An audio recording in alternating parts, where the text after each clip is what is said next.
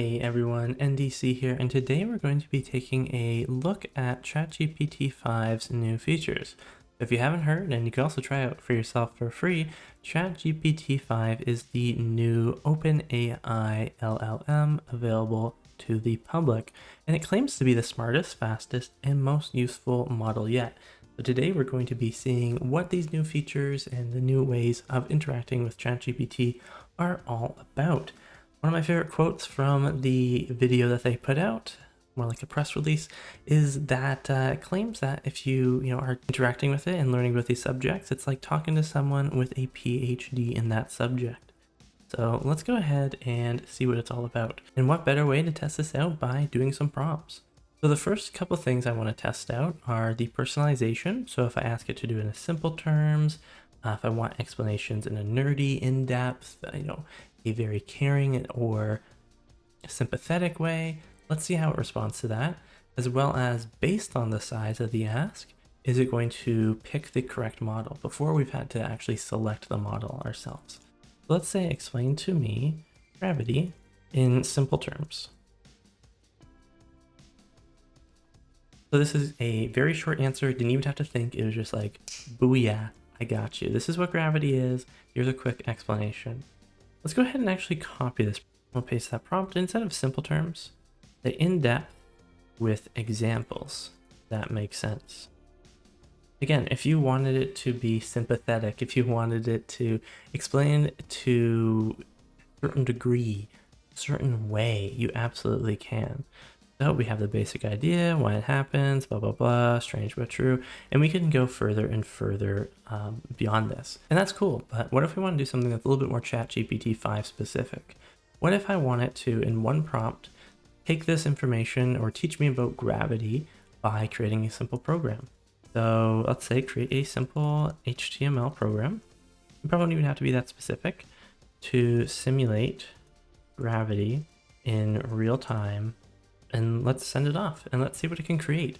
I want something that I can, learn about gravity by playing around with these different simulations. Maybe that's the way that I learn. So we see here, it's saying, heck yeah, let's make gravity you can see. So it's actually going to create a gravity HTML file. We can either save it or we can actually open it up in the canvas and run it in ChatGPT itself. So this is something that I saw where I was like, wow, this can be really cool if I'm learning a certain concept, and I myself am a visual learner. If I could have it create these little programs where I can play around with these things, I can see it happen, I can change input fields, maybe there's sliders, and I can really have this interactive learning experience for any of these subjects. It doesn't have to be gravity, it can be quantum entanglement or whatever it is you do want to learn.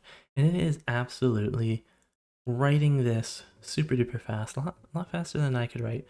Okay, that only took a couple minutes. We even have a how to use it. Let's go ahead and open this up in Canvas real quick, or you can save it to your computer and run it in your web browser of choice. All right, we have our gravity simulator. So it wants us to click or tap on the canvas to drop balls. There they are. We can adjust these different things. We can increase the gravity. We can see that the ball drops a lot quicker now. We can adjust different things like the air drag, the amount of bounce that it has, the ball radius, so we can make a really large ball with a lot of gravity. Oh yeah, if you hold it, you can also clear, although it's not really clearing off the bottom down here, but maybe that's just a little bit of a visual glitch of Canvas.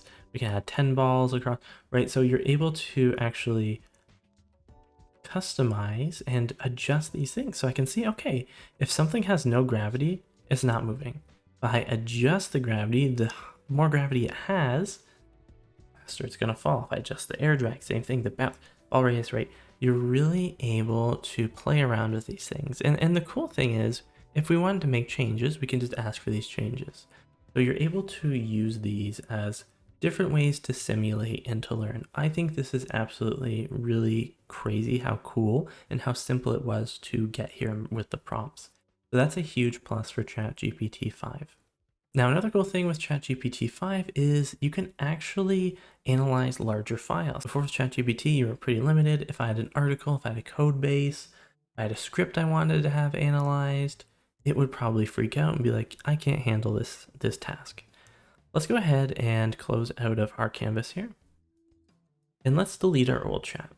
Let's pretend it never happened. I am going to copy and paste the code that it wrote for us, and I want it to explain to me what's actually happening in this code. So explain this code to me. Again, we could probably say like a beginner, or even what tone we want. So I'll have it in a snarky tone. Why not? Let's see what happens. And maybe that's the best way I learn, if people are being snarky to me. And again, it's a pretty big, code sample that we're putting through, so it's going to be thinking for longer. Instead of just going for the quickest answer possible, it's going to analyze and think about it. It's saying, all right, let's roast walk through your gravity toy. Little did it know, a previous version or previous chat of ChatGPT is roasting itself. But yeah, I think that's pretty cool that if we want to have our responses in a certain way, we absolutely can. It's a little bit aggressive with the snarky, maybe. But that is what I asked for. That is what I asked for. If we didn't want snarky, we can do it in a supportive way, or however we want. That's what I think is really cool about this. Something that was also really cool on the research is that they were actually creating programs similar to our Gravity one in just one prompt. Let's go ahead and see how they did that. So if we go to the research and ChatGPT-5 and we scroll down a little bit, there's this rolling ball minigame, pixel art. We can like draw like pixels. That's my beautiful drawing, lo-fi visualizer, and things like that. It says that we can actually create games in a single prompt. Let's go ahead and see if we can recreate this jumping ball roller with this exact prompt to see if it actually can accomplish that. Paste. And go ahead and run it. Like the last line, this game should be enjoyable for everyone. Big if true. How do game developers make a game that's enjoyable for everyone? Is my grandma gonna enjoy this game? I don't know. Maybe I'll have to ask her. 9 seconds. That's all I had to think for. Again, it's going to be doing its coding. I might do a little bit of editing magic, and maybe I'll see you for the final result, because there's no way I could actually code this quick. Alrighty, and only a few minutes later, pretty quick, we have a program, and I've opened it in the canvas of ChatGPT. We should be able to actually run it inside of the canvas. Jumping ball runner, press space, sound on. Okay, well, let's go ahead and start running. Oh, I like the bounces. Okay, it looks pretty similar. We can do spacebar or, whoa, not a gamer, not a gamer. I was gonna say we can do spacebar or the up arrow, so that's pretty cool. Oh man, do I just suck? Maybe I'm just bad. Oh, can we press enter? Oh, there we go. That's pretty cool. We have our score, although it doesn't seem to be saving and displaying in the top right, but it is saving and displaying locally on the kind of end. Oh man. I'm brutal. Yeah, I play video games, but when it comes to Jumping Ball Runner made by Chattis of the GPT-5’s, I'm apparently not very good. There we go. But this is pretty cool, and it has some of the core concepts that we have asked for. There's definitely some things that we can change, and maybe we can even see like, hey, maybe after every time we jump and clear these, right? It's pretty cool, and I think, you don't always have to use these different softwares or LLMs to have these things be created for you. Again, as we saw earlier, if we want to learn how to create this, we can also ask it. It might even be a fun experiment if you really want to, is to take a game like this or prompt something very similar, have it create it, and then in a separate chat, or maybe even after, say, okay, I want to learn to create this from scratch.